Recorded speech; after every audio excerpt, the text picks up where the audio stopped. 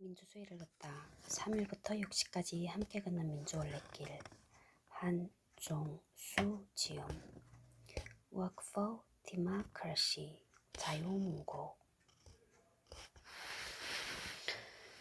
민주역사올레 모임 대표저자 한종수. 서울에서 태어나 고려대학교 중어중문학과를 졸업하고 공기업과 사기업 등에서 근무하였다. 어릴 때부터 다양한 분야의 역사에 관심을 가지고 그 현장을 돌아다니며 책을 읽고 의미를 되새겨보는 작업을 해왔다. 이 책은 그 결과물인 셈이다. 지은 책으로는 첫 작품인 세상을 만든 여행자와 대표작 강남의 탄생 2016을 비롯하여 2차 대전의 마이너리그 2015, 서서울에 가면 우리는 2018, 라면의 재발견 2021, 미 해병대 이야기 2021 등이 옮긴 책으로는 영락제 화해 질서의 완성 2017, 환관 이야기 2015, 제국은 어떻게 망가지는가 등이 있다. 절판본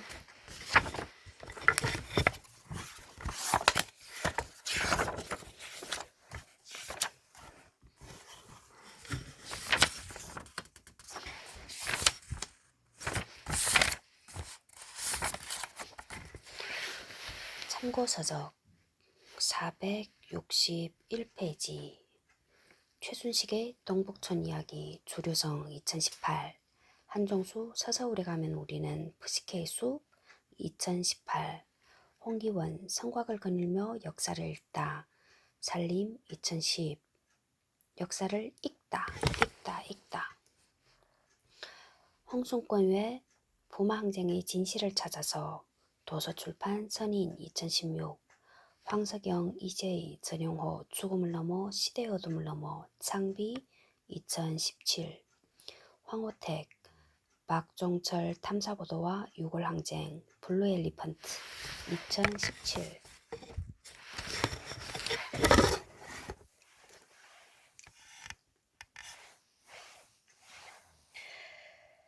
301페이지 내가 그 광경을 보고 난 후 엿길을 보니까 어떤 젊은이가 두 군인에게 붙들려 수없이 두들겨 맞고 있었어요.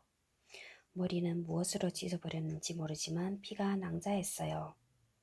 내가 보기에 그대로 놔두면 죽게 될지도 모른다는 생각이 들었어요.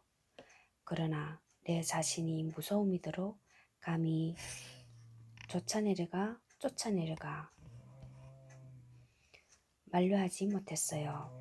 그 뒤 그 사람의 생사가 궁금했지만 왜 내가 만류하지 못했을까? 성직자로서 지금도 가슴이 아프고 또 두고두고 가슴이 매게 하는 광경이었지요. 나는 그때 일을 두고 수없이 참여하고 하나님께 용서를 빌었습니다. 1980년 5월 20일 10시 20분 김영택 10일간의 취재수첩 사계절 1988 302페이지 그림 십자원장을 찬 위생병마저 페퍼포그 차량 옆에서 저항의지도 없는 학생을 곤봉으로 무자비하게 내리치고 있다. 5월 19일 사진 나경택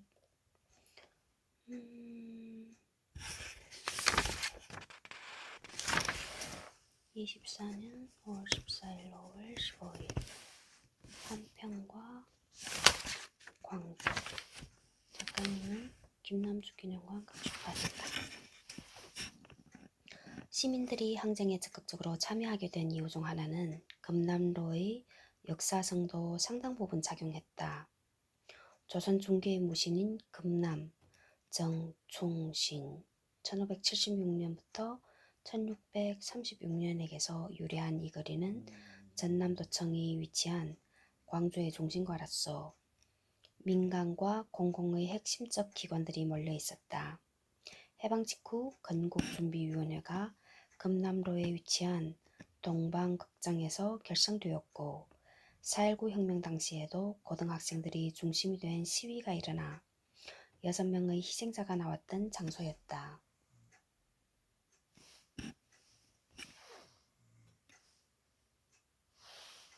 60 내지 70년대 민주화 시위 당시에도 학생 시위대의 목표는 금남로였다. 물론 80년 5월 이후에도 금남로는 민주화운동의 중심이었고 특히 6월 항쟁을 전후해서는 10만이 넘는 시민들이 이 길에 모여 민주화를 외치며 도청으로 향했으며 경찰들은 감히 진압을 시도하지 못하고 도청 방어에만 급급했을 정도였다.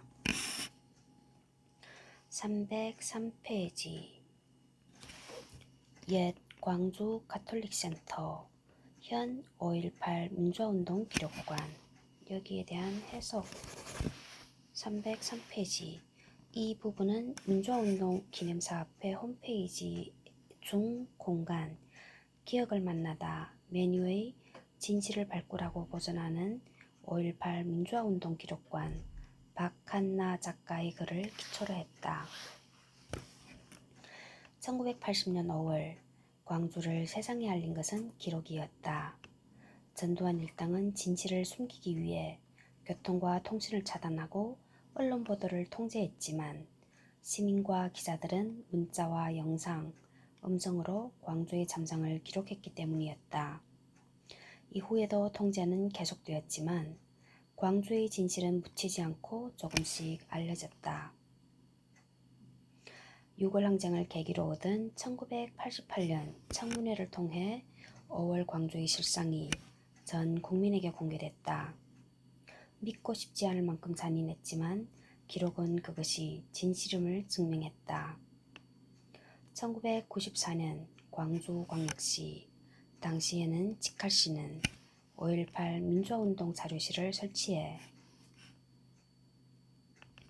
96년부터 본격적으로 관련 기록물과 유품 등을 수집하기 시작했다. 당시에는 실을 수 없었던 기자들의 기사, 일기, 연설문, 사진, 병원의 진료 기록지와 수술 대장 등 민간의 자료와 계엄 포고령, 사퇴일지, 회의록 등 국가행정 자료까지 방대한 양의 기록물이 모였다. 2009년부터 이 기록물의 중요성에 공감한 이들이 모이기 시작했고 다음 해 5.18 민주화운동 기록물 유네스코 세계기록유산 등 재추진위회를 만들었다. 유네스코는 1년여에 걸친 심사 끝에 총 4,217권 85만 8,904쪽에 달하는 1980년 인권기록유산 5.18 광주 민주화운동 기록물의 세계기록유산 등재를 2011년 5월 25일에 승인했다.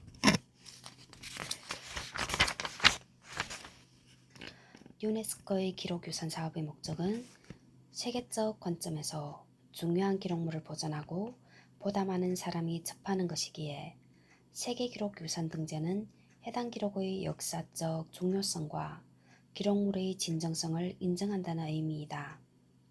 실제로 유네스코는 5.18 민주화운동은 한국의 민주화에 중추적인 역할을 하였을 뿐만 아니라 민주화를 쟁취함으로써 동아시아의 다른 국가들에도 영향을 미쳤다. 유네스코 한국위원회 홈페이지 발췌라고 평가한다. 즉 1980년 5월 광주항쟁은 국가 권력에 저항한 시민들의 민주화 운동이었으며 민주주의 발전에 이바지했다고 국제사회가 공인한 것이다. 5.18 민주화운동 기록관 조성은 기록유산 등재 심사 과정에서 한 유네스코와의 약속으로 등재 이후 준비 과정을 거쳐 2015년 5월에 개관했다.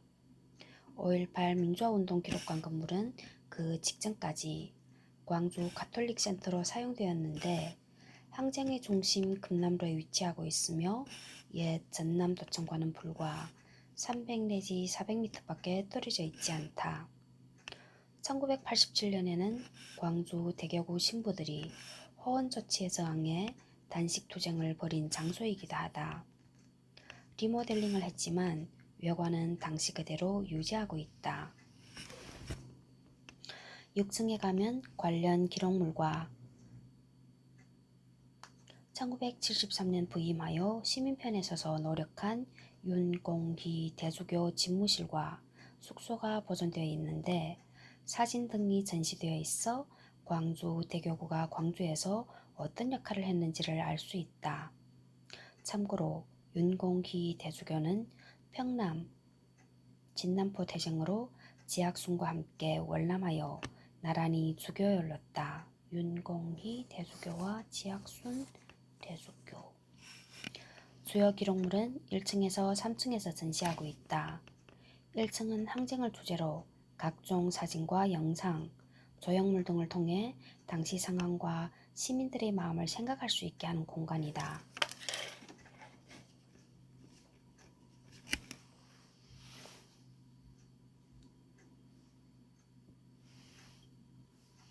2층에는 시민들이 생산한 성명서, 선언문, 취재수첩, 일기를 비롯해 구술 증언 등 기록물을 중심으로 광주 항쟁의 전개 과정을 살펴볼 수 있다. 3층은 세계기록유산 등재 과정과 의미를 설명하는 공간이다. 등재 인증서와 세계 각국의 인권 관련 기록유산을 살펴보면서 인권의 가치를 되새기게 한다. 4층은 광주항쟁에 관한 자료와 도서를 읽고 대여할 수 있는 열람실이며 5층은 기록관의 심장이라 할 수 있는 수장고로 다른 기념관과 구분되는 특징적 공간이다. 기록관에서는 전시와 기록물 보존뿐 아니라 새로운 증언을 기록하고 숨어있는 자료를 찾아 수집하며 확보한 기록물을 체계적으로 정리한다. 기획 전시를 열거나 기록관이 아닌 학교나 다른 지역에서 전시회를 열기도 한다. 이 밖에 인권교실 같은 교육 프로그램이나 체험 프로그램 등을 운영하며 전문가 포럼 등을 개최하여 5.18 기록물이 사회적으로 가치 있게 활용되도록 애쓰고 있다. 기록물 수집 및 관리를 총괄하는 김태종 연구실장은 당시 열린 글귀대회에서 사회를 맡았고 많은 사람이 자필로 쓴 선언문이나 연설문을 낭독했는데 낭독이 끝나면 그걸 달라고 했다. 그 외에도 유인물 등 관련 기록물을 모아 보관했다가 2005년 기증했다. 그가 기증한 자료는 모두 유네스코 세계기록유산으로 지정되었다. 최근 대구와 광주가 달굿벌 빛골 달빛 동맹 이란 이름으로 많은 교류를 하고 있다. 대구 시민들이 기록관에 와 전시 관람을 하고는 내가 오해했다, 참 고생했다 라는 반응을 보인다고 한다. 306페이지 광주 YMCA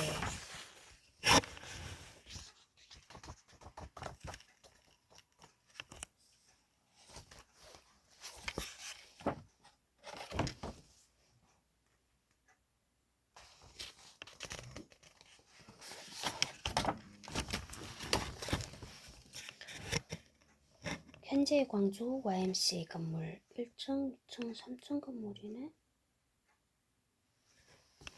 광주 YMCA는 5.18 광주 민중항쟁 당시 항쟁 지도부가 자주 옥내 집회를 열었던 장소다. 5월 26일에는 계엄군의 무력 진압을 막기 위한 자위적 수단으로 시민군에게 총기 훈련을 실시했으며 26일 도청 함락 당시 계엄군의 주요 목표이기도 했다.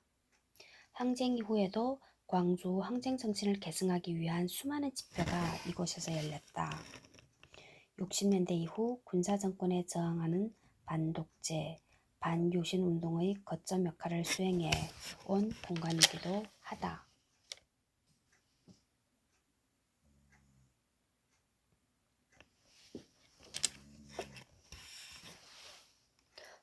이 307페이지 전일빌딩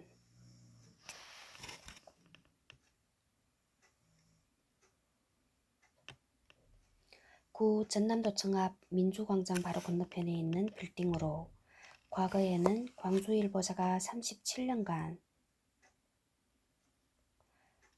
전일방송은 9년간, 호남신문, 전남신보 등 신문사와 방송사, 그리고 전일다방과 남봉미술관, 서예원 등이 대거 입주해 있던 광주 최초의 미디어 문화복합 빌딩이었다. 언뜻 보면 평범해 보이지만 한국 현대사에서는 상당한 의미를 갖고 있는 빌딩이다. 처음에는 지하 1층, 지상 7층이었지만 10층으로 증축되었고 주변 땅을 사들여 면적을 넓히는 등 10여 차례 이상의 증축을 거친 후에 현재의 전일빌딩이 만들어진 것이다. 광주의 상징적인 건물이기에 선거철이 되면 후보들의 선거 사무실이 많이 입주하기도 했다. 21세기 들어 건물이 매우 노후화된 데다가 도청의 이전으로 가치가 떨어졌다. 결국 건물의 소유주인 전일실업이 이 건물을 내놨고 경매 끝에 2011년 광주시 산하 공기업인 광주광역시 도시공사가 138억 원의 전일빌딩 소유권을 낙찰받았다. 공사에서는 2013년 7월부터 지상 1층을 제외한 건물 전체를 폐쇄하였다. 광주도시공사는 바로 앞에 있는 옛 도청을 개조한 국립아시아문화전당의 주차 공간을 넓히기 위해 전일빌딩을 철거하기로 계획하였지만 5.18 관련 시민단체 등에서 이 빌딩이 갖고 있는 역사적 가치를 이유로 철거를 반대했다. 결국 광주시는 건물의 완전 철거에서 리모델링으로 건물 정비 방향을 바꾸기로 했는데 이 과정에서 충격적인 역사적 증거들이 나타나기 시작한다. 현장 검증차 국립과학수사연구소의 건물에 대한 감식을 의뢰한 결과 이 건물 10층에서 총탄 자국이 발견되었다. 5.18 이후 목격자의 증언에도 불구하고 군 당국에서 부인하던 헬기 사격의 증거가 확인된 것이다. 즉, 계엄군이 이 빌딩으로 피신한 시민들을 상대로 헬기 안에서 내부의 시민들을 향해 기관총을 쐈다는 소문이 사실로 증명된 것이다. 이 건물에서 발견된 탄은은 10층에서만 177개에 달하며 3층, 8층, 9층, 10층 외벽을 합치면 모두 245개의 탄원이 발견됐다. 이렇게 되자 광주시는 2017년 8월 15일 이 건물을 28번째 5.18 사적지로 지정했다. 광주시는 2019년 2월 리모델링에 착수했고 2020년 5월 11일 전일빌딩 245라는 이름으로 새롭게 개장했다. 245는 도로주소, 체계에 따른 주소로 인해 부여된 번호이다. 그런데 공교롭게도 245라는 숫자는 이 빌딩에서 발견된 탄은 개수와도 일치한다. 다시 태어난 전일빌딩은 외관은 그 전과 거의 같지만 내부는 사무실 용도가 아닌 시민문화시설로 변신했다. 지하 1층부터 4층까지는 시민문화 공간, 5층부터 7층은 문화 콘텐츠, 창작 공간, 9층과 10층은 5.18 기념 공간, 8층과 옥상은 휴게 공간으로 사용된다. 10층에 있는 헬기 사격을 형성화한 예술품이 인상적이다. 특히 옥상 공원인 전일마루에서는 조선대학교 본관과 옛 전남도청, 무등산을 제대로 조망할 수 있다.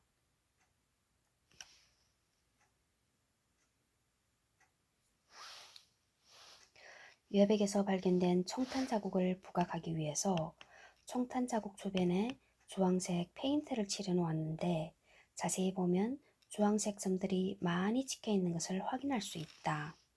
309페이지 5.18 민주항쟁을 기념하는 공간이자 시민문화시설로 변신한 전일빌딩 내부 310페이지 옛 상무관 그림 빈소가 차려진 상무관에는 매일 많은 시민들이 찾아와 죽은 이들의 넋을 위로했다. 1980년 5월 17일 사진 나경택 현재의 상무관 민주광장에 위치하고 있는 상무관은 5.18 광주민중항쟁 당시 희생자들의 죽음을 임시 안치했던 곳이다. 본래 상무관, 쌍우관은 뜻 그대로 전남 소속 경찰들과 전남 유도회 소속 회원들이 체력 단련을 하는 곳인데 1930년대에 일제에 의해 건축되었다. 흰 천이 내려진 상무관은 수십 개의 관들이 놓이고 빈소가 차려져 항쟁 기간 내내 많은 시민들이 방문하여 시신을 확인하고 가신 이들의 넋을 달랬다. 집단 발포와 무자비한 집안으로 죽음이 된 시민들이 이곳에 안치되자 시민들은 또다시 눈물을 흘리지 않을 수 없었다. 전설적인 시청률을 기록한 드라마 모래시계에서 그 장면이 재현되었는데 촬영 장소 역시 이곳 상무관이었다. 이곳은 한강 작가의 장편소설 소년이 온다의 주무대이기도 하다. 상무관 안은 시신 썩는 냄새와 포르말린과 향냄새가 섞여 역한 악취가 났지만 시민들은 아랑곳하지 않고 긴 줄을 지어 분향을 하며 희생자들의 넋을 위로하면서 저항 의지를 더욱 불태웠다. 28일에 합동 장례식이 열릴 예정이었지만 27일에 도청이 함락되면서 이루어지지 못했다. 29일 이곳에 모셔졌던 죽은 126구는 짐짝처럼 청소차에 실려 망월동 시립묘지로 옮겨졌다. 311페이지 5.18 민주광장 5.18 민주광장은 한국 민주주의 상징적 장소이다. 5.18 광주 민중항쟁 당시 광주 시민들이 이곳에 있는 분수대를 연단으로 삼아 여러 집회를 열어 항쟁 의지를 불태웠기 때문이다. 5월 18일 이전 3일 동안 학생과 시민들은 이곳에 모여 대규모 민주화 대성회를 열고 시국선언문을 발표하며 군부 통치 종식과 민주화를 촉구하였다.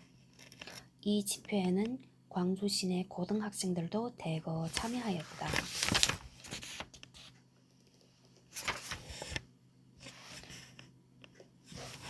전남대, 조선대, 광주교육대, 조선대공전, 동신실업전문, 송원전문, 성인경상전문, 기독교병원 간호전문, 서강전문대 등 광주 시내 9개 대학생 2만여 명은 전남도청 앞 광장에서 시국 성토대회를 벌였다. 학생들은 오후 2시 각 대학별로 스크럼을 짜고 교문을 나서 가두 시위를 벌이며 도청 앞으로 집결했다.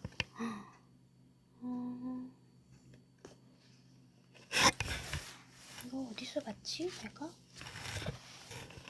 성토대회에서 학생들은 대학별 학생대표들이 연합하여 제2시국 선언문을 낭독했으며 복학생을 대표하여 정동련씨, 전남대 공대 4년이 메시지를 읽어 분위기를 고조시켰다.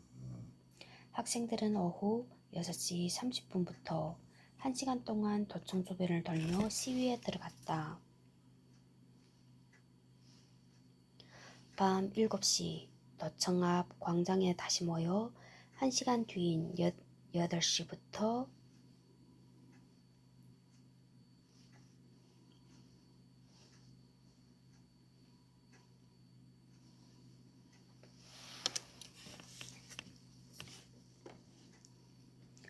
두 개소로 나누어 계엄 철폐 등 구호와 정의가를 부르며 야간 횃불 시가 행진을 벌였다.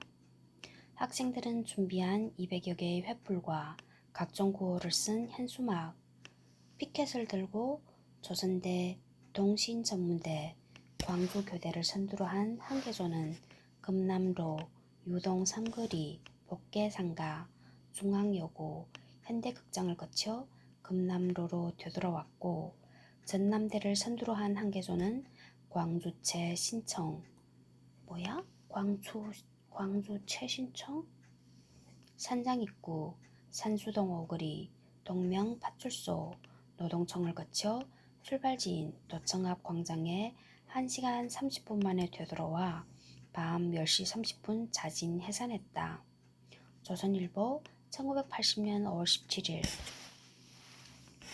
5월 21일 계엄군 철수 이후 끊임없이 민주화 투쟁 결의를 다지는 각종 권리대회가 열렸던 이 광장은 5.18 광주 민중항쟁 정신을 낳은 가장 중요한 공간이라 할 것이다. 항쟁 후에도 전국에서 벌어진 민주화 투쟁 과정에서 산화한 이한열, 조성만 등 많은 민주열사들의 영혼이 이곳에 들러 시민들의 분향을 받았으며 시민들의 투쟁 의지를 일깨웠다.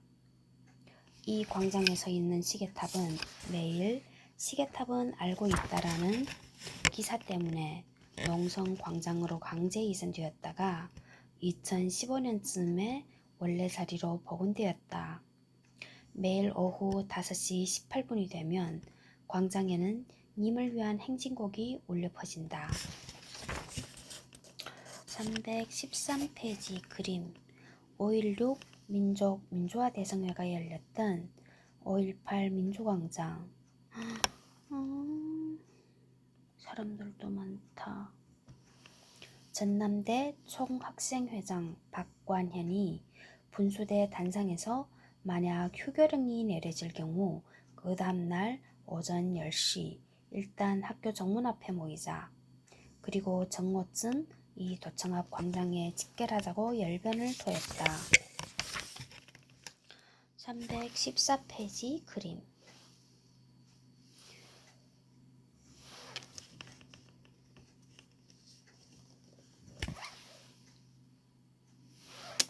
5월 23일 도청 앞 민주광장에 몰려들고 있는 시민과 시민군의 모습 315페이지 5월 21일 시민들이 도청을 접수하고 있다. 314페이지 옛 전남도청 현 아시아문화전당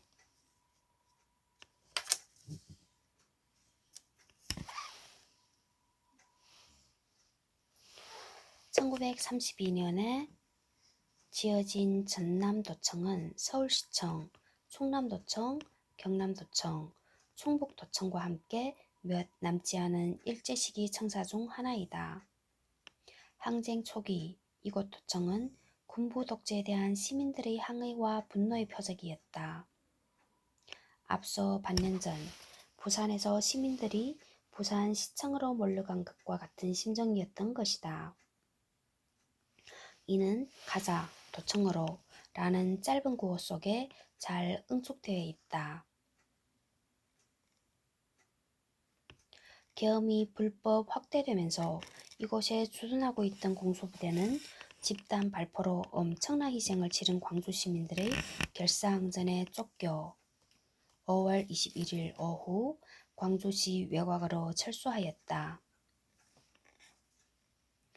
5.18 광주 민중항쟁본부가 있던 곳이며 6일 동안이지만 시민들에 의해 행정이 운영되고 시민수습대책위원회가 수습책을 논의하는 등 시민 이렇게 높게 시골 영감이 12시가 다 돼가는데 뭔 메시지지? 10분마다 읽고 5.18 광주민쟁 항쟁본부가 있던 곳이며 6일 동안이지만 시민들에 의해 행정이 운영되고 시민수습대책위원회가 수습책을 논의하는 등 시민공동체의 중심이 되는 한국 역사상 유례없는 일이 일어났다. 도청 회의실 지하에는 화순탄광에서 입수한 다이너마이트 등 많은 무기들이 보관되어 있었다. 5월 27일 새벽 계엄군의 무력 진압에 맞서 싸운 시민군 최후의 결사항전지로 많은 시민군들이 산화하였다. 그 대표적인 인물은 윤상원 열사이다. 이후 전남도청은 무안으로 이전하였고 현재는 아시아문화전당으로 리모델링 되었다. 무안으로 이사한 지 몇 년밖에 안 됐지 않아? 316페이지 광주 시민 여러분께 알려드립니다. 청사의 길이 빛나는 칼날은 무서움을 모르는 채 사랑하는 내 시민을 짓밟아 버리는 천주에 맺힌 한, 원한에 맺힌 한을 어느 누가 풀어줄 길이 없어. 시민 모두가 일어선 5.18 광주 민중봉기는 우리 민족의 슬기와 민주화 염원에 의한 투쟁의 결과입니다. 그러나 우리의 궁극적인 목표는 달성된 것이 소수뿐이기에 투쟁은 계속되어야 합니다만 어디까지나 평화적이어야 하며 이 평화적 투쟁을 계속하기 위해서는 무엇보다도 시민의 질서 회복이 시급한 문제입니다. 이 질서 회복이 최선의 방법이며 우리들의 피해를 줄이는 최선의 길입니다. 지금까지 투쟁이 헛되지 않게 스스로가 합심동체가 되어 이 난국을 타개합시다. 1. 계엄군은 진주하지 않고 우리와 일체 교전을 하지 않을 것을 약속했습니다. 2. 총기는 책임질 수 있는 사람이 휴대해야 하며 통제권에서 벗어날 경우 시민의 안전을 위해 회수되어야 하오니 협조하여 주시기 바랍니다. 3. 시민 여러분께서는 각 직장별 일상 업무에 복귀할 수 있는 이성을 회복합시다. 4. 일부 무기로 휴대자들에 의한 오발사고와 약탈행위는 철저하게 근절되어야 하오니 협조를 바랍니다. 5. 이번 투쟁에서 희생된 사망자는 엄숙한 시민장으로 거행되어야 합니다. 이상의 사항을 전파하는데 모든 분들이 협조를 바라며 앞으로의 사태 추이의 귀를 기울여 주시기 바랍니다. 1980년 5월 23일 시민대책위원회 학생수습대책위원회.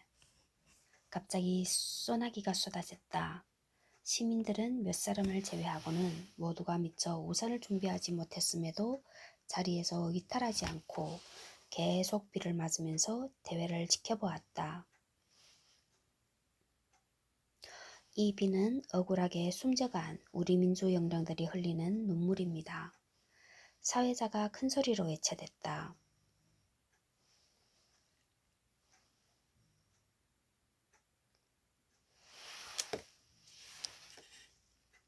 그러자 시민들 중에는 얼쏘하는 사람도 있었으나 대회장은 점차 숙연해지고 있었다.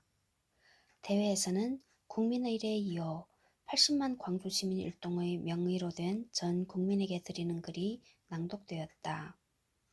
이어 임시 시민수습위원장 이종기 변호사가 마이크를 잡고 그동안의 수습대책위원회의 협상 결과를 보고하려고 하자 여기저기서 집어치워라, 필요 없다, 간단히 말해라 라는 소리가 나오는가 하면 심지어 끌어내쳐라 라는 심한 말까지 나왔다.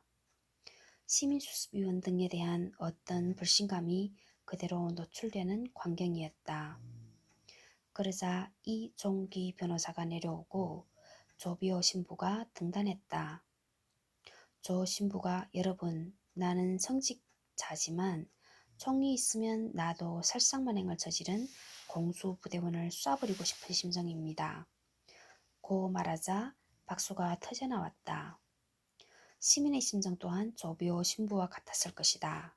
5월 23일 16시 38분 김영택 10일간의 취재수첩 사계절 1988 318페이지 그림 현재의 구 도청 모습. 아니나 다를까 지척에서 베란간 총성이 나기 시작했다. 각종 중화기, 소형 화기의 발사음이 도청을 원심으로 반경 2km의 이론까지 2, 3초 간격으로 계속 울려 퍼졌다. 가두방송을 듣고 도청을 향해 집을 뛰쳐나온 300여 명의 시위대들이 도청을 포위하고 있는 계엄군들의 포위망에 걸렸다. 100 내지 200명가량이 체포되고 나머지가 총살당했다. 순식간에 40 내지 50구가 도청 앞에 나뒹굴었다. 가두방종을 하던 여학생 신은미상은 법원 앞에서 차에 단체로 총에 맞아 숨져 있었다. 김창길 군을 중심으로 한 온건파 학생 20 내지 30명이 이미 떠나고 도청 상황실에는 200 내지 250명가량이 남아있었다. 한 청년이 역설했다. 총을 뿌리고 투항하자. 우리야 잡혀서 갇히거나 죽을 것이지만 여기 있는 고등학생들은 두들겨 맞아 병신이 되더라도 다시 풀려나올 것이다. 그들은 역사의 산 증인이 되어야 한다. 질기게 살아남아 힘차게 증언해야 한다. 우리는 빛나는 미래와 후손을 위해 자폭의 길을 거두고 투항하자. 청년의 눈에는 빛이 번뜩였다. 장례는 숙연했고 수리탄을 껴안고 있던 중고등학생들이 울먹였다. 5월 27일 3시 30분경 조선일보 취재일지. 인물열전. 님을 위한 행진곡의 주인공 윤상원 열사. 민주원래. 윤상원 인샹웬 1950년 9월 30일 1980년 5월 27일는 노동운동가이자 5.18 광주 민주화 운동 당시 시민군으로서 맹활약했다. 그는 1950년 광주광역시 신령동 옛 전라남도 광산군 임곡면 신령리에서 태어났다. 생가는 현재 보존되어 기념관으로 바뀌었다.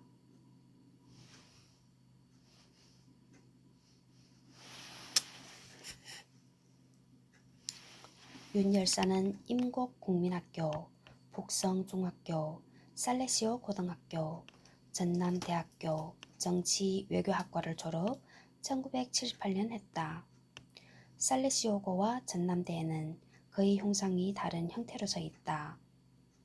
1979년에 들불야학 1기에 참여하여 일반사회를 가르쳤다. 상경하여 주택은행에 취직하여 봉천동 지점에서 근무했지만 교육지표 사건이 일어나자 반년 만에 운명적인 귀향을 선택하고 들불야학의 강학으로 활동하였다.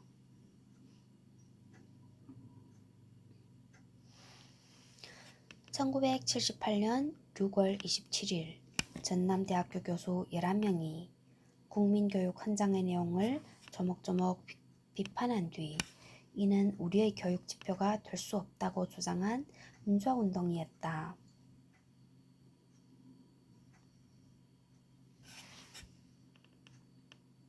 (5.18) 광주항쟁 당시 민주투쟁위원회의 대변인과 광주 시민의 눈과 귀와 입이었던 투사회보의 발행인으로 활동하였다.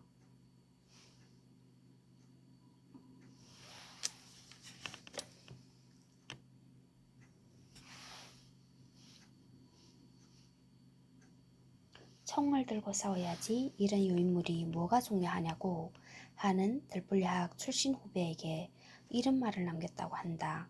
야, 이 자식아, 유인물 작업이 얼마나 중요한지 알아? 총칼 들고 싸우는 거나 마찬가지야.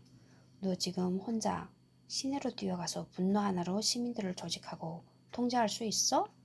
시민들이 투쟁을 조직하고 통제하면서 그 투쟁을 한 차원 높이기 위해 우리가 지금 이 고생을 하는 거야. 저놈들은 지금 총을 든 한 사람보다 1000사람이 총을 들게 만드는 한 장의 유인물을 더 무서워한단 말이다. 이 자식아. 320페이지 그림. 늘 침착하며 사람들에게 따뜻했던 윤상원 열사. 도청 항쟁지도부 대변인을 맡아 마지막까지 도청을 지키다 산화했다. 윤 열사는 한때 외교관이 되는 것이 꿈이었기에 영어에 능통했고 덕분에 외신 기자들을 상대하는 역할도 맡았다. 결국 열사는 전남도청 사수대로서 싸우다가 5월 27일